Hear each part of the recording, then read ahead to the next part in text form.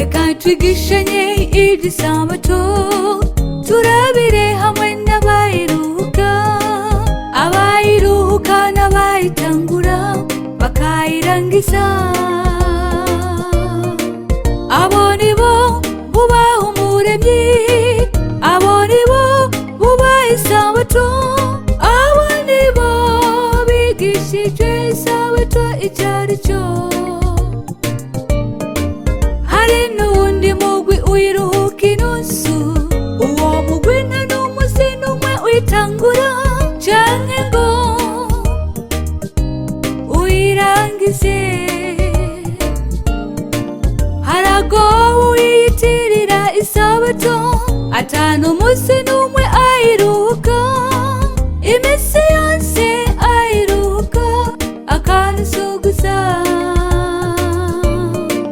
Umwanya munini uwuha ivy'isi aho guha agaciro isabato y'umuremyi.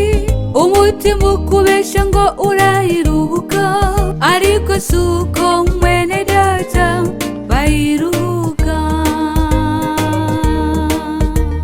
Abaruhuka isabato n'abayitangura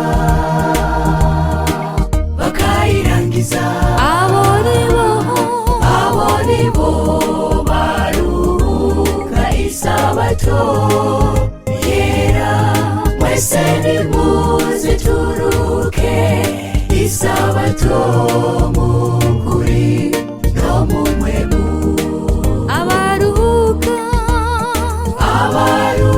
isabato n'abayitangura bakayirangiza. Abo nibo baruhuka isabato yera. Mwese nimuze turuhuke isabato mukuri no mu mpwemu.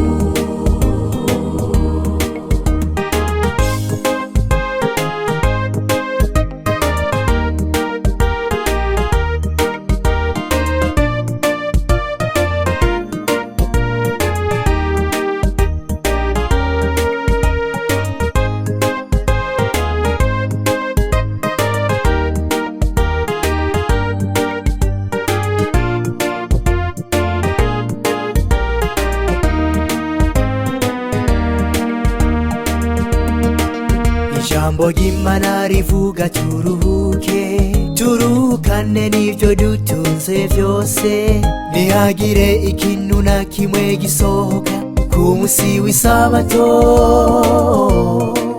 Naho yobara umushumba abiwawe, nawe nyene kw'isabato bisabwa aruhuke, kuko na kintu na kimwe mu vyo dutunze cemerewe gukora ku musi w'isabato. Namba wahisemo kuruhuka, nguhebe ivyo byose vyo kubuza ijuru, kuko iby'isi ni vy'akanya gato, ni navyo Satani adutegerako. Abaruhuka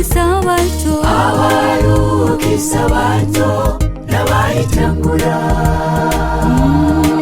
bakayirangiza.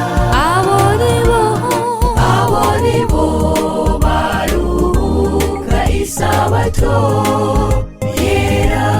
Mwese nimuze turuhuke isabato mukuri no mu mpwemu. Abaruhuka isabato n'abayitangura bakayirangiza. Abo nibo baruhuka isabato yera. Mwese nimuze turuhuke isabato mukuri no mu mpwemu. Abaruhuka isabato n'abayitangura bakayirangiza. Abo nibo baruhuka isabato yera. Mwese